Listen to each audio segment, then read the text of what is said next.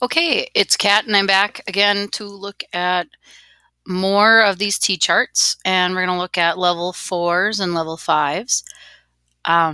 We're starting now. In level 3, it was adding, subtracting, and multiplying, and now instead we have an x over a 5 here. So when we're trying to decide how to undo this, normally when you plug in a number, you'd put a number in right here, you'd divide by 5, and then add 6, and then it would kick out an answer. If you're lucky, it's an 11.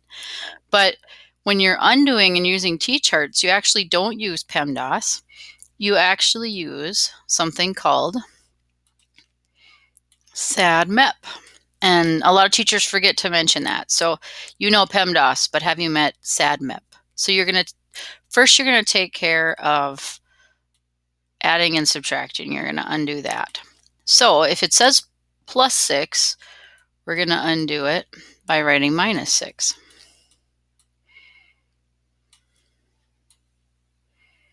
Six minus 6 is 0. So for all practical purposes, this has been eliminated. We're left with x over 5 equals, and 11 minus 6 is 5. All right. When the x is written like this, and it's an x and a fraction bar and a 5, what does that mean? It means x is divided by 5. So how do you undo a divided by 5? That's right, you times it. Whatever you do to one side, you do to the other. So 5 times 5 is 25. So that's a two-step problem. I tried to categorize these by difficulty. And so when you get to a level 5, the big glaring idea is this negative right here. And I usually separate that from, in our previous video, we did a plus 4x right here. So this time we're looking at a minus 3x, and I'd like to just take that on as a separate idea, and hopefully you can build some confidence with a level 5, and that minus 3 doesn't have to be so scary. Okay, so remember again, when you're undoing it, you're doing SADMEP. You're taking care of subtraction and addition.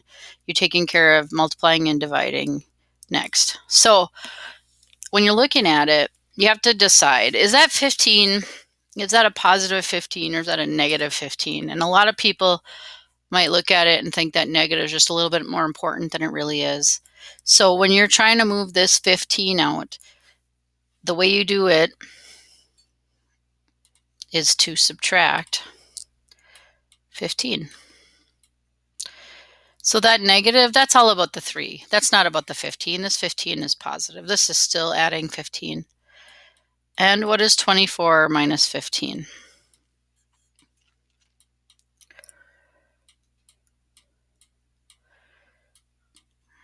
And the answer is 9. All right, notice that negative, when I dropped it down, I got a negative 3 right there.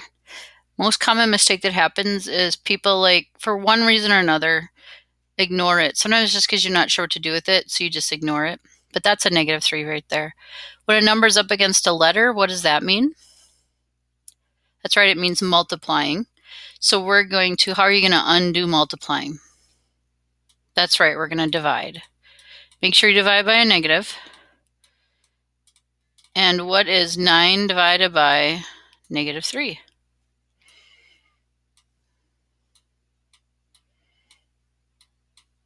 And hopefully you picked negative 3.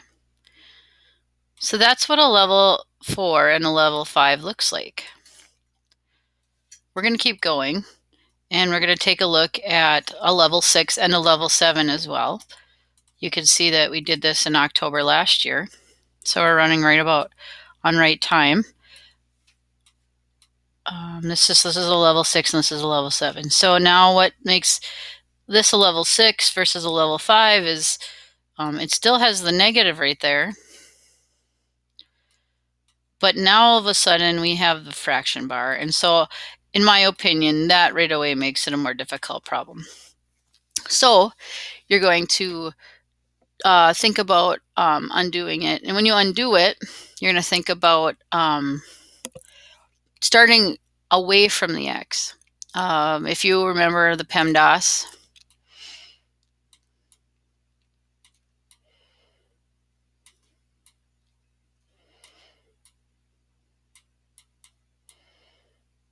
or in this case, if you're undoing SADMIP,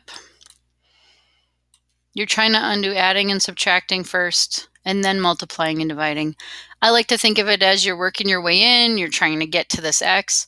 You've got this protection out here, this bodyguard, and you got to get rid of this bodyguard first before you can go after the 4. Okay, so you have to ask yourself, is this a positive 36 or a negative? And then how are you going to get it out of there? That's right, you're going to subtract 36. Whatever you do to one side, you do to the other. So moment of truth is really making sure that you catch that you haven't lost the negative. The negative was never taken care of, so that's still an issue. This negative x over 4, it still exists, even if we really wish it wasn't there. It's what makes it a level 6. And then using your handy dandy calculator, you're going to find out what 24.5 minus 36 is. And that's negative 11.5.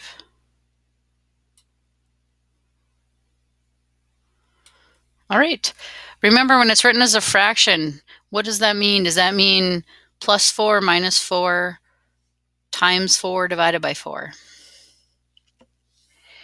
And I would say, for all practical purposes, it might be better if you think of it as a negative 4 on the bottom. So we can just deal with it now instead of later. All right, so being on the bottom means divided, and how do you undo divided? That's right, you're going to times by negative 4. And a negative times a negative is a, hopefully you said, this is kind of confusing. Since we're working with x, I'm going to change that to an asterisk. So we're timesing by 4, x equals, and then use your handy dandy calculator, negative 11.5 times negative 4. And if all is right with the world, you got a 46. And that is a level 6. Now remember, the more work they are, you get a little bit more points for doing them. So when you get to your point grab worksheet, it would be great to do some level 6s to get some nice points for that. This is a big part of Algebra 1, is being able to do these problems. All right, let's take a look at the dreaded level 7. I mean, the beautiful, wonderful level 7.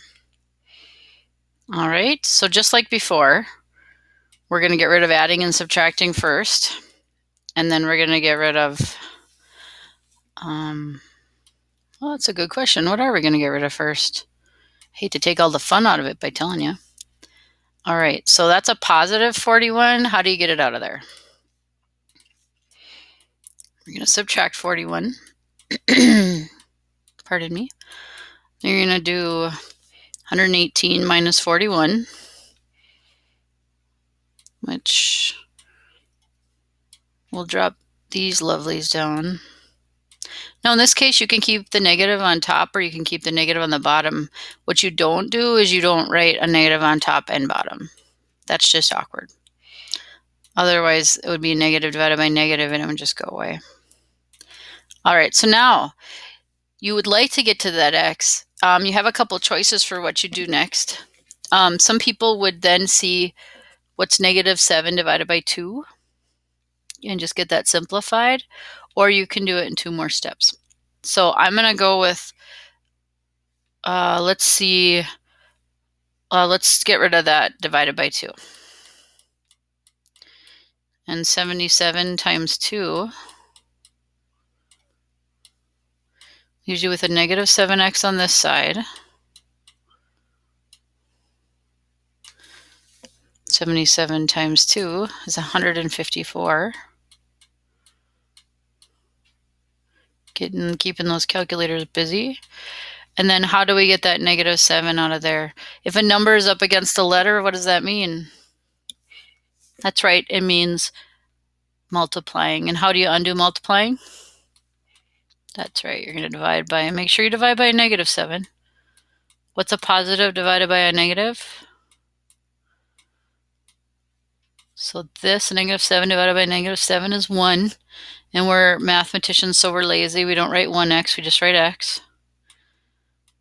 And hopefully you said a positive divided by a negative was a negative. So we're going to type that into the old calculator. 154 divided by -7 should give us a -22. All right, so that's what a level 4, 5, 6, and 7 look like. So you should be able to then do some more worksheet problems to pick up more credit